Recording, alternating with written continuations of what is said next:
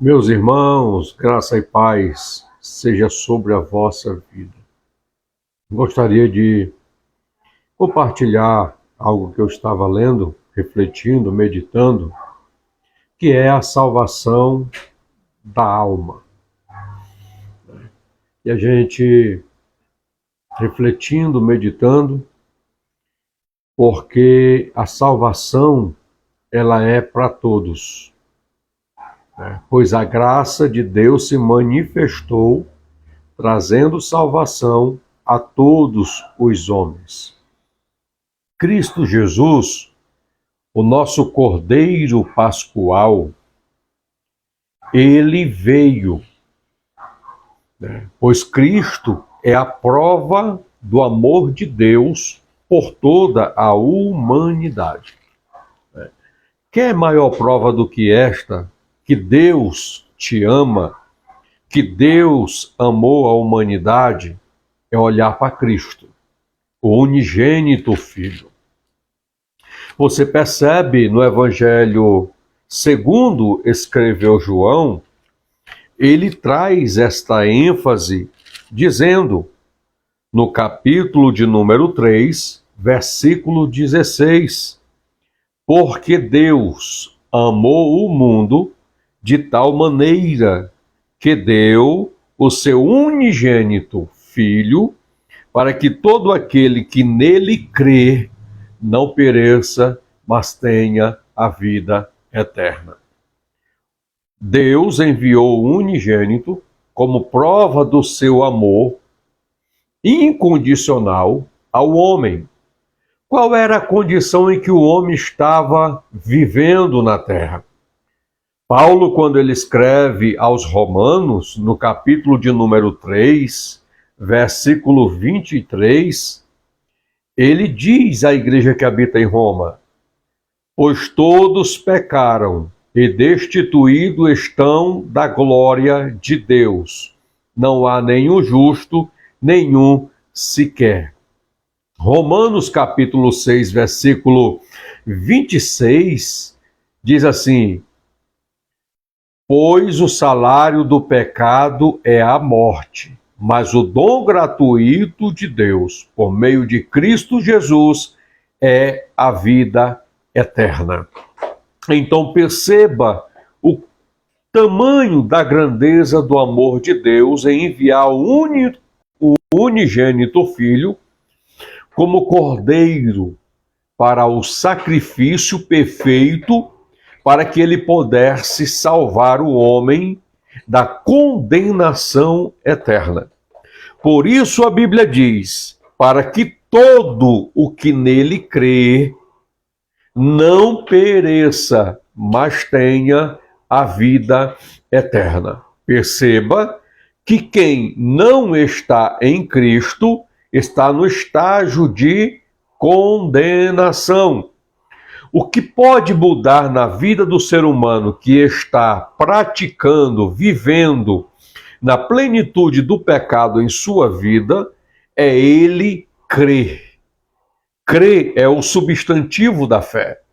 A Bíblia diz que é impossível ao homem alcançar alguma coisa de Deus sem fé, sem crer nele. Então perceba o que diz as Sagradas Escrituras, porque Deus amou o mundo de tal maneira que deu o seu unigênito Filho, para que todo aquele que nele crê não pereça, mas tenha a vida eterna. Perceba que Jesus, ele foi levantado no Monte Gólgota, em uma cruz, o monte mais alto, fora dos portões de Jerusalém. Jesus é crucificado e observe que ele estava à vista de todos. Ele na cruz, diante de uma das suas palavras, ele olha para todos aqueles que o escarneciam, para aqueles que o zombavam, para aqueles que descredibilizaram a ele, não o reconhecendo como o Messias, e ele diz: Pai, perdoa-os, porque eles não sabem o que estão fazendo. Assim como Moisés levantou a serpente no deserto, assim importa que o Filho do Homem seja levantado, para que todo aquele que nele crê não pereça, mas tenha a vida eterna. Eu quero que você entenda, o ser humano, ele é composto de espírito, alma e corpo. Paulo escreve aos Tessalonicenses, capítulo de número 5, versículo de número 23, dizendo: E o mesmo Deus de paz vos santifique em tudo, e o vosso espírito, alma e corpo sejam plenamente conservados, irrepreensíveis para o dia da vinda do Senhor. Então perceba que o homem, ele tem espírito, ele tem alma e ele tem corpo. Então você precisa entender que a morte de Jesus na cruz do Calvário foi para se cumprir o que disse o profeta Isaías. Ele foi levado como cordeiro mudo ao matadouro e não abriu a sua boca. Ele é a verdadeira Páscoa, porque o símbolo da Páscoa é um cordeiro. O símbolo da Páscoa é um cordeiro, que significa pular além da barca, significa libertação.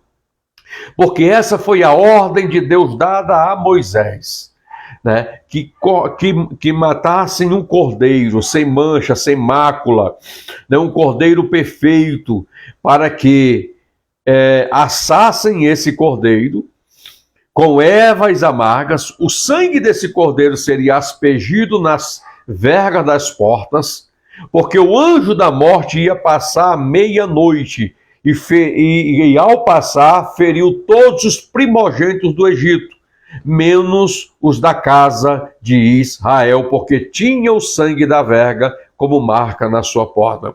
Então perceba e entenda que o símbolo da Páscoa é Cristo Jesus. Ele morreu e ressuscitou ao terceiro dia para libertar todos os seres viventes da terra do poder do pecado. Do pecado que o escraviza, do pecado que é um tutor sobre o homem que não tem aliança com Cristo Jesus. Então perceba o grande amor de Deus.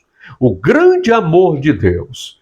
A grande prova do amor de Deus foi ter enviado o unigênito Filho para resgatar a tua alma da condenação eterna. E eu acho interessante esse texto do Evangelho de Jesus segundo escreveu João, capítulo 3, versículo 16 em diante, porque ele continua dizendo, e eu acho importante lê-lo para que você compreenda. E enquanto eu estou ministrando essa palavra ao teu coração, eu quero que você entenda. Eu peço ao Espírito de Deus que traga luz ao teu entendimento, repreendendo as trevas espirituais da tua mente e trazer entendimento ao teu coração acerca do grande amor de Deus para resgatar a tua alma da condenação eterna. Ele diz, porque Deus enviou seu Filho ao mundo, não para condenar o mundo, mas para que o mundo fosse salvo por ele. Perceba que Jesus não veio condenar o mundo. Jesus veio para que o mundo fosse salvo por ele. Por quê? Porque o mundo já tem uma sentença sobre ele. Quando eu falo a palavra mundo, eu estou falando das pessoas que nele habitam. Quando o termo bíblico fala mundo, está falando das pessoas que no mundo habitam. Então perceba, porque Deus enviou o seu Filho ao mundo, não para que condenasse o mundo, mas para que o mundo fosse salvo por ele. Ora, se o mundo precisa ser salvo por meio de Cristo Jesus, perceba que o mundo está na condição de pecador, como mesmo eu já referi aqui, usando o texto, que todos pecaram e destituídos estão da glória de Deus. Não há nenhum justo sequer. Não há nenhum sequer. Diante de Deus, quando Deus olha para a humanidade, o mundo está nesta condição de pecador. Entenda que o pecado gera morte, a morte gera separação. Isso implica dizer que no seu termo original, morte aqui, separação, é a quebra da comunhão que o homem teve com Deus. Não é Deus que se distancia do homem, é o homem que se distancia de Deus. Perceba que quando Adão tomou do fruto e comeu, ele não morreu fisicamente. Logo, houve uma sentença sobre o corpo do homem, o tempo limitado. O homem não morria, mas quando ele pecou, ele morreu. Primeira morte, a morte espiritual, a quebra da comunhão entre Deus e o homem. As vossas iniquidades fazem separação entre vós e o vosso Deus. Quando Adão tomou do fruto, a primeira morte entrou em sequência, a morte espiritual. Adão não morreu logo fisicamente, ele morreu espiritualmente. Houve uma quebra de comunhão do homem com Deus, porque foi o homem que quebrou esta comunhão, não foi Deus que quebrou esta comunhão. Eu quero que você compreenda isso. E o homem passou a se distanciar de Deus. Perceba Gênesis capítulo 6, que Deus clama e diz a Noé: eu me arrependo de haver feito o homem sobre a terra, porque o homem é má continuamente em seu coração. Por isto, o meu espírito não permanecerá para sempre com o homem. Essa foi a declaração do Senhor nosso Deus. Porque aí sucessivamente veio a morte física. Após a morte espiritual, o homem ficou sentenciado a morrer. A morte física. É o que diz o escritor aos Hebreus, no capítulo de número 9, versículo 27. Está ordenada o homem morrer uma só vez. Vindo depois disto, o juízo de Deus. A implicação de morte aqui, em Hebreus 9, 27, está intrinsecamente ligado à morte física. Então perceba que o homem, enquanto ele tem o fôlego de vida, ele ainda tem esperança de alcançar uma aliança com Cristo. Perceba, Jesus deseja, o Pai deseja, o Espírito Santo deseja que você se renda à vontade dele, porque não é desejo de Deus que o homem pereça. Não é desejo de Deus que o homem caia nesta condenação. O desejo de Deus é te livrar da condenação eterna.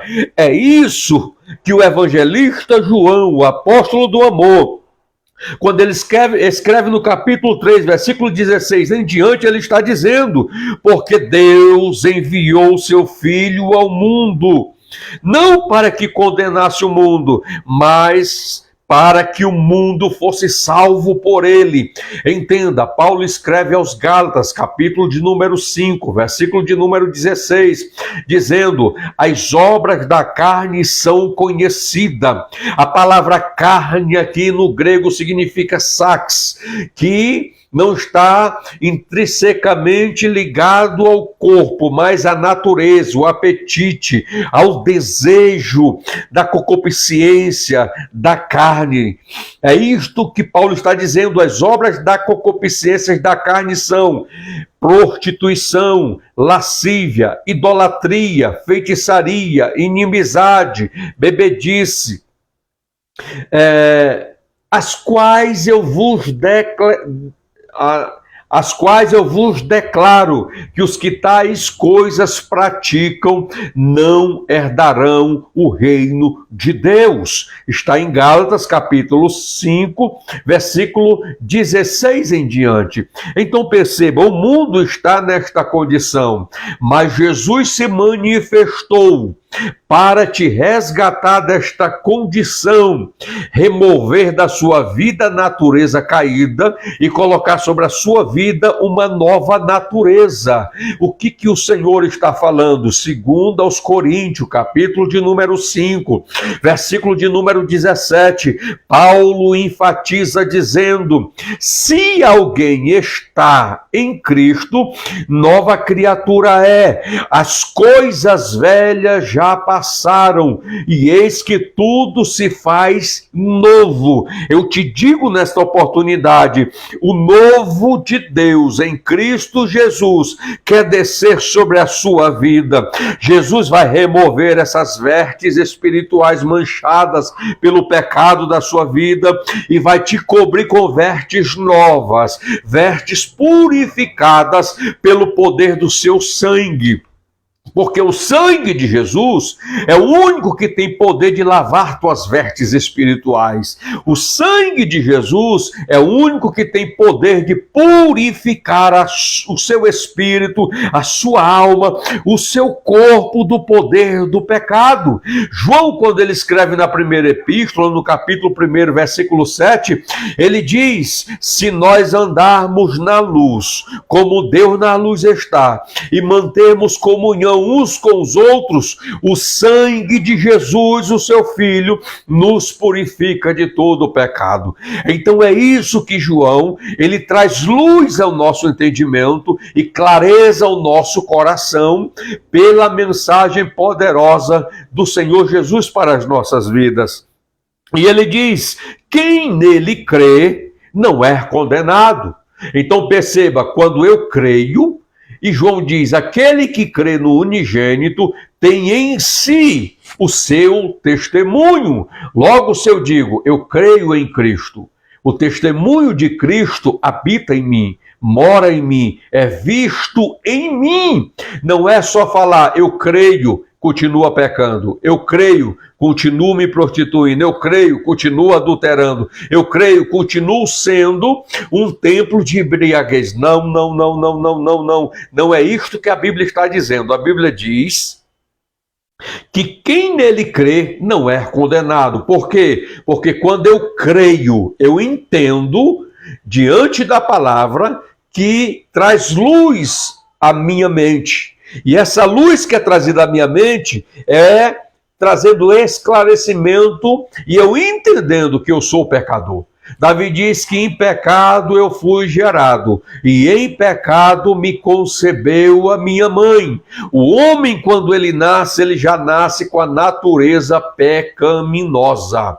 Então perceba, por que Jesus nasceu e Jesus não tem pecado? Porque a semente que gerou Jesus no útero de Maria não veio da horizontal, não veio dos homens terrenos, mas veio do alto, do Pai das luzes, pelo Espírito de Deus que se envolveu com Maria e ela ficou grávida. Oh, glória a Jesus! Por isso, Jesus nasceu com uma natureza divina, porque ele é o verbo que se fez carne e habitou entre nós, cheio de graça e de verdade. E João diz, e vimos a sua glória como a do unigênito do Pai. Então observe, quem nele crê não é condenado. Então perceba, Jesus te convida, Jesus te chama ao arrependimento. Porque sem arrependimento não tem como Cristo remir você e perdoar você dos seus pecados. Então perceba, porque Deus enviou seu Filho ao mundo, não para que condenasse, mas quem nele crê não é condenado.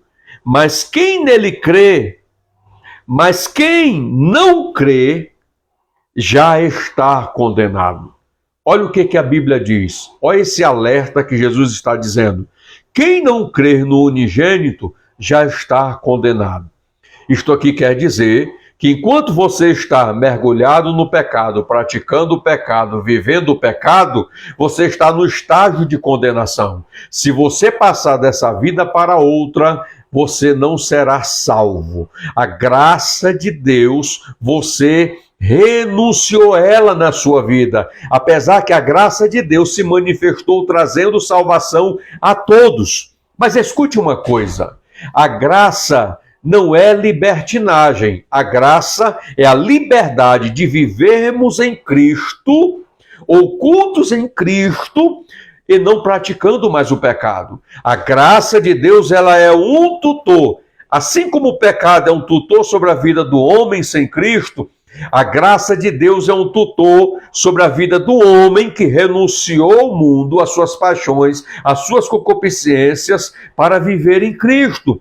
Diz, a graça de Deus nos ensina, então ela é um tutor, a abandonar a impiedade e as paixões mundanas, para que possamos viver neste mundo sóbria e impiamente. Olha mais uma vez, quando Paulo escreve a Tito e endereça essa carta a ele, disse que mostra a condição do homem sem Deus, sem Cristo.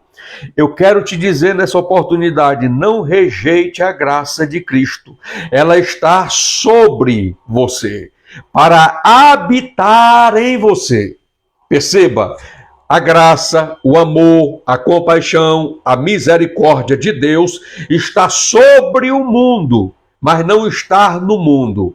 Agora, a graça de Deus, ela não está somente sobre a igreja, a eclésia, os chamados para fora. Não, a graça de Deus está na eclésia, na igreja, no corpo de Cristo, porque Cristo é o corpo, é a cabeça desse corpo. A igreja, a eclésia, é o corpo. Jesus é o cabeça desse corpo. Então, a graça de Deus está sobre, mas ela quer estar em você. Para que ela esteja em você, eu preciso crer.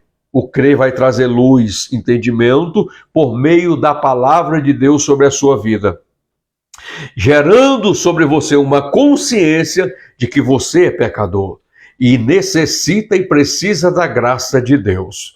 Então entenda, se revista de Cristo, se revista da graça, da misericórdia, da compaixão de Cristo, que está estendida a você. Então a graça de Deus, ela é um tutor, ela nos ensina a abandonar, a não praticar, a não viver mais sobre o pecado, mas vivermos a liberdade em Cristo Jesus. Oh, glória a Jesus! Tanto a graça quanto o amor não é libertinagem, é liberdade para vivermos em Cristo Jesus.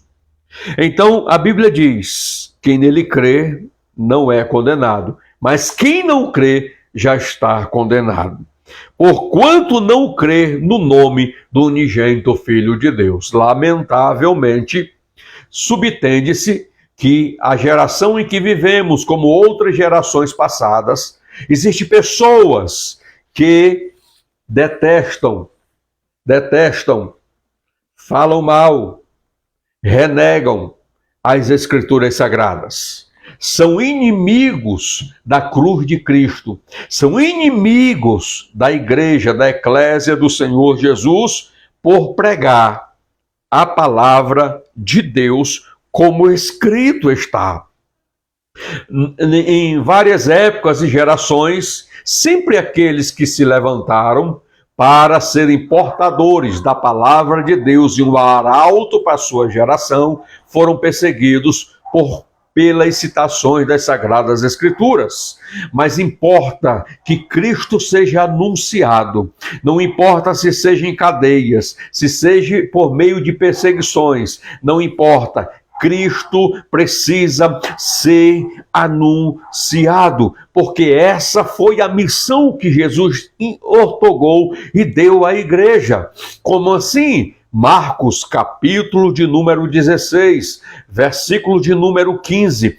Jesus, antes de ser assunto ao céu no Monte das Oliveiras, ordenou aos seus discípulos: ide por todo o mundo e pregai o evangelho a toda criatura. Perceba que há uma ordem de Jesus. A quem? A igreja. Porque o mundo não pode ver nem conhecer nesse estágio em que eles estão.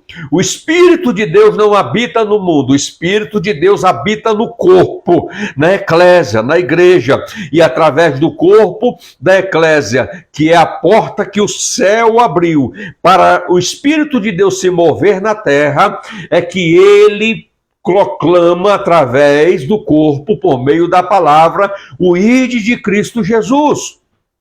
Então Jesus disse, ide e pregai o evangelho. A palavra evangelho no grego significa boas novas de salvação. Eis que trago boas novas de salvação, a qual é Cristo Jesus. Oh, glória a Deus! Perceba que o termo diz a toda criatura. Porque no Evangelho há essa expressão, a toda criatura? Porque este termo implica a natureza caída do homem. O homem, ele não é, mas ele vive como um animal. Ele satisfaz todos os desejos da concupiscência da carne. A Bíblia diz que aqueles que estão na carne não podem agradar a Deus. Por que que Deus destruiu, na geração de Noé, toda a população da terra, menos Noé, a sua família, nos quais são 8 pessoas? Porque eles se entregaram plenamente à concupiscência da carne. Segundo, por que que Deus destruiu Sodoma, Gomorra e as demais cidades que estavam aglomeradas ali, a Sodoma e Gomorra? Porque viviam plenamente no pecado, da iniquidade, nas transgressões contra a lei de Deus. O pecado, ele ofende a santidade de Deus. O pecado traz a ira de Deus sobre o homem. Por isto, Deus condenou aquelas gerações, por causa do pecado. Mas entenda, Noé foi testemunha de Deus e pregou a sua geração. Ló foi testemunha de Deus e pregou a sua geração. Abraão foi testemunha de Deus e pregou as cidades de Sodoma e Gomorra com testemunho da sua vida. Mas eles não acreditaram. Por quê? Porque viviam como criaturas. É por isso que o Evangelho de Marcos diz que ide por todo mundo e pregai o evangelho a toda criatura, porque o homem desceu ao nível de filho a viver como um animal, satisfazendo os desejos da sua carne, os desejos da concupiscência da sua carne. E a Bíblia diz que quem vive nesta condição, renegando, rejeitando, se colocando como inimigo da cruz de Cristo, já está condenado, porquanto não crê no unigênito Filho de Deus. Então perceba que quem não crê está vivendo como criatura. Mas quem crê no unigênito Filho, vive como filho. Como assim? Só é filho de Deus. Só é filho de Deus quem nasceu de novo. A Bíblia diz no Evangelho segundo escreveu João, capítulo 1, versículo 11, diz assim, ele veio para o que era seu. Veio para os judeus, mas os seus não o receberam. Os judeus os rejeitaram. Mas a todos quantos o receberam, deu-lhes o poder de serem chamados filhos de Deus, aos que creem no seu nome, os quais não nasceram da vontade do sangue, nem da vontade da carne, mas de Deus. Perceba que o homem só se torna filho de Deus quando ele crê em Cristo Jesus. Enquanto ele não crê, enquanto na vida dele não tiver as obras, o testemunho que ele acredita em Cristo Jesus, ele não é filho, ele é criatura. Há por aí, que de determinadas religiões, o homem sobre a terra diz que é filho de Deus. Você renunciou ao pecado, às concupiscências, você confessou Jesus e você se arrependeu dos seus pecados? Porque arrependimento é mudança de direção. O homem está no estágio de condenação. Ouviu o evangelho da graça, porque a fé vem pelo ouvir, e o ouvir a palavra de Deus. Quando o homem passa a ouvir a palavra de Deus, e ele acredita, ele muda de direção. Ele sai do estágio de condenação e faz uma curva, dizendo: este não é o caminho, eu vou voltar para o caminho certo, que é Cristo Jesus. Oh, glória! Aqueles que nasceram de novo, não nasceram do sangue nem da carne, mas da vontade de Deus. Isso quer dizer, não foi um nascimento natural. Foi o que Jesus disse para Nicodemos. Quem não nascer de novo não pode ver o reino de Deus. Aí Nicodemos, sendo mestre, doutor da lei, ficou assim, não entendendo que Jesus estava falando de coisas espirituais, não de coisas naturais. Ele disse: mas como pode um homem, sendo velho, voltar ao ventre da sua mãe e nascer uma segunda vez? Aí Jesus disse: Nicodemos, quem é nascido da carne é carne, quem é nascido do Espírito é Espírito. Não te importa eu te dizer, necessário é nascer de novo? Olha o que Jesus, através da mensagem da palavra, declara a você: necessário é você nascer de novo. Eu te pergunto, você já nasceu de novo? Você já nasceu da água e do Espírito? Você já entregou sua vida a Jesus? Ande em novidade de vida. Ande em Cristo Jesus. Oh, glória! Bendito seja o nome do Senhor Jesus. Então perceba que ele está dizendo: quem crer nele não é condenado, mas quem não crê já está condenado, porquanto não crê no unigênito Filho de Deus. E a condenação é estas palavras que estou lendo, do Evangelho de João, capítulo 3, e versículo 16 em diante, são as palavras do Senhor Jesus. E a condenação é esta, que a luz veio ao mundo, e os homens amaram mais as trevas do que a luz, porque as suas obras eram más. Entenda que treva é ausência de luz. Trevas aqui simboliza o pecado. Quem vive nas trevas está ausente da luz, está ausente de Cristo, está ausente da presença de Cristo, está ausente da graça de Cristo, está ausente da salvação da sua alma. Quem habita nas trevas. Mas perceba que o texto diz: a condenação é esta, que a luz veio ao mundo. Quem era a luz? Cristo Jesus. Ele disse: eu sou a luz do mundo. Quem me segue não andará em trevas, mas terá a luz da vida. Oh, glória a Jesus! Você está na luz ou você está nas trevas? As suas obras são vivificadas por Cristo Jesus, ou suas obras são obras das trevas?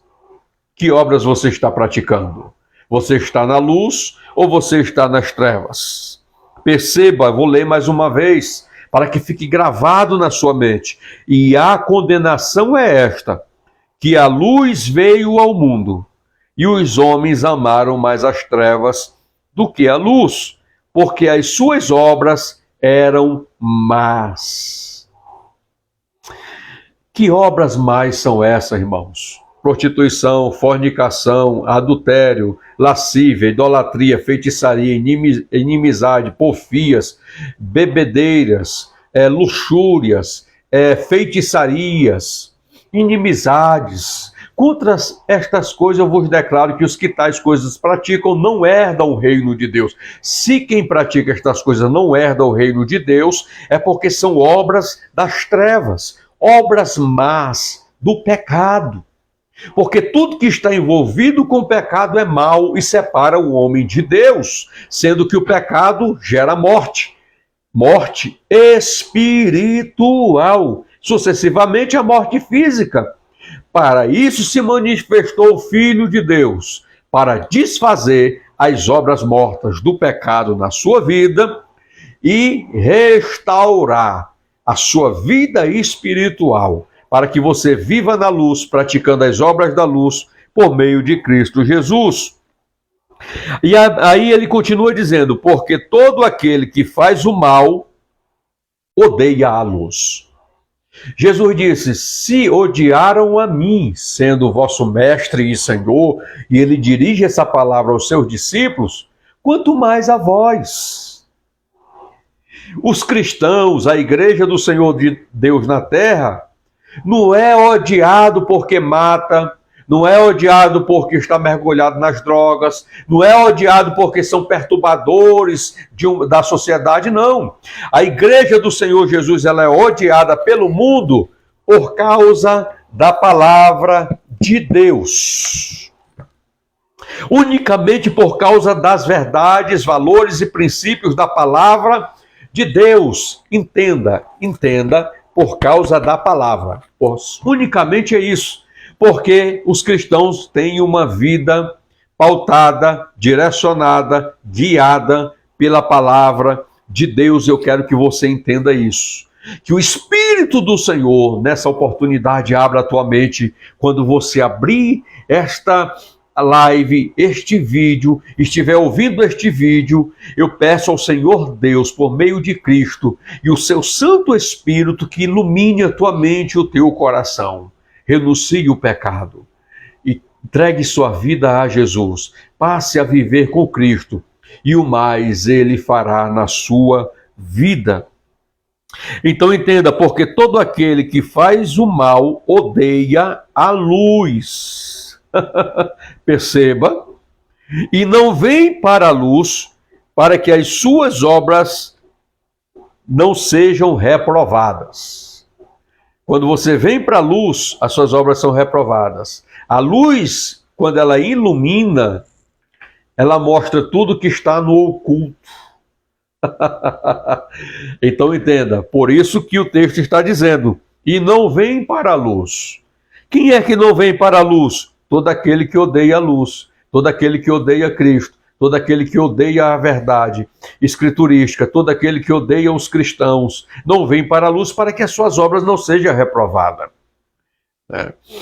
Mas escute uma coisa, mas quem pratica a verdade vem para a luz.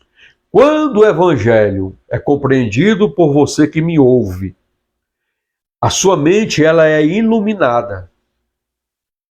Você percebe que você está tudo que você pratica fere a santidade de Deus, fere a Deus e provoca a ira de Deus. Qual é a sua atitude, a sua postura? Você se arrepende. Sou um pecador, tem misericórdia de mim, Senhor. Me recebe como um filho teu. E o Senhor Jesus de braços abertos vai te receber. Para que ele te receba, se arrepende. Para que o processo de convenção em Cristo aconteça na sua vida. Venha fazer parte da eclésia, do corpo de Cristo Jesus. E deixe Cristo como cabeça direcionar, guiar a sua vida. Oh, glória a Jesus! Mas quem pratica a verdade vem para a luz, a fim de que as suas obras sejam manifestas, porque elas são feitas em Deus.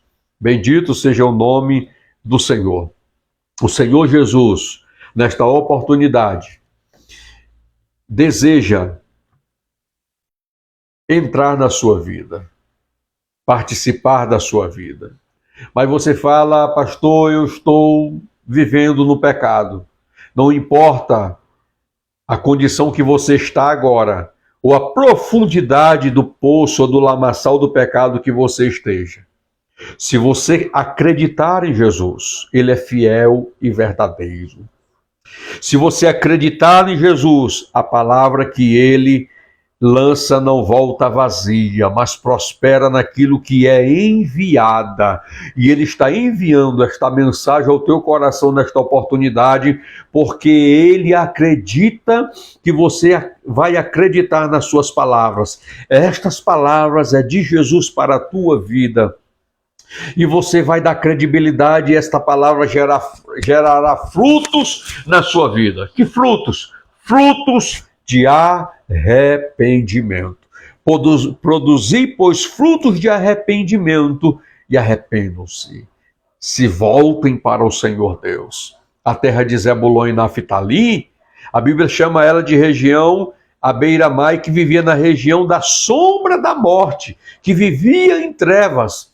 Mas Jesus desceu às regiões de Zebulon e Naftali. E o texto diz: e raiou-lhes a luz, e começou Jesus a pregar e a dizer: arrependei-vos, porque o reino de Deus está entre vocês. Oh, glória a Jesus! Que toda seta do adversário contra a sua vida, que toda seta do pecado contra a sua vida, seja nesta oportunidade arrancada da sua mente, arrancada do seu coração, e que a luz do Evangelho de Cristo, pela glória do Senhor, seja resplandecida sobre a sua vida nessa oportunidade. Então eu deixo aqui o convite a você, para que você entregue sua vida a Jesus. Vá numa casa de oração, vá lá cultuar ao Senhor, nesta condição que você está. Porque dentro do Evangelho de Jesus, você pode vir como está. Mas quando você mergulha em Cristo, você não fica da mesma forma. A metanoia, a mudança de vida vai acontecer na sua vida. Se você ouvir alguém pregando o Evangelho, dizendo, vem como está, permaneça como está, isso não é Evangelho de Jesus. Todas as pessoas, pegue a Bíblia, todas as pessoas que tiveram um encontro verdadeiro com Jesus, elas nunca mais foram as mesmas pessoas. Jesus mudou e transformou a sua vida, e não só a sua vida, mas a sua história, e é o que Jesus quer fazer na sua vida. Vinde a mim todos os que estáis cansados e sobrecarregados, e eu vos aliviarei. Aliviar de quê? Do pecado. Tomai sobre vós o meu jugo, porque o meu jugo é suave e o meu fardo é leve. Perceba que Jesus está dizendo, eu vou arrancar o jugo do pecado, eu vou arrancar o fardo do pecado da sua vida, e Jesus está dizendo, eu vou colocar o meu jugo, eu vou colocar o meu fardo sobre você, porque o meu jugo é suave e o meu fardo é leve. Eita glória! É isso que Jesus quer fazer na sua vida. Você crê em Jesus? Você quer receber Jesus? Eu estou pregando para pessoas. Eu estou pregando para pessoas que Jesus está ansioso, desejoso, querendo habitar em suas vidas. Oh, glória a Deus! Eu quero fazer uma oração pela sua vida nesta oportunidade e fazer um convite a você. Abra os teus ouvidos. Vá a uma casa de oração. Procure um líder espiritual, um pastor, e converse com ele. Ele estará orando pela sua vida. Ele estará reconciliando você com Deus. Ele estará abençoando a sua vida. Se hoje ouvides a voz do Senhor teu Deus, não endureça o teu coração, mas abra o teu coração e permita Jesus habitar na sua vida. Fique com esta mensagem de Deus para a sua vida, porque ela é de Cristo. Ela é de Cristo Jesus, e Jesus quer habitar na sua vida. Que a graça e a paz do Senhor habite plenamente em você. E eu quero orar com você nessa oportunidade. Você que ouviu a mensagem e disse, eu quero entregar minha vida a Jesus. Eu quero que você coloque a sua mão sobre o seu coração, se curve diante do Senhor e fale, Senhor, me perdoa dos meus pecados. Me ajuda a eu estar na tua presença e permanecer na sua presença. Escreve o meu nome no livro da vida e o Senhor Deus estará fazendo mais por você. Você crê? Eu irei orar agora. Senhor Deus, no nome de Jesus, abençoa estas pessoas, Senhor, que estão ouvindo, Senhor, esta live. Tanto este varão, esta varoa, este jovem, esta jovem. Ó Senhor Deus, este ancião, esta anciã. Ó Senhor, qualquer categoria, Senhor, de idades que estejam ouvindo. Que o Senhor possa, meu Deus, nesta oportunidade, abrir as suas mentes e que estas mentes venham continuar abertas para a tua mensagem, para a tua palavra. Que o Senhor venha perdoar os seus pecados, lavar as suas vestes no sangue do Cordeiro, lançar todos os seus pecados no mar do esquecimento, como profetizou o profeta Miqueias. Deus tornará a ter compaixão de nós, pisará aos pés as nossas iniquidades e lançará todos os nossos pecados no mar do esquecimento. Ó Senhor Deus, escreve o nome desta pessoa agora no livro da vida.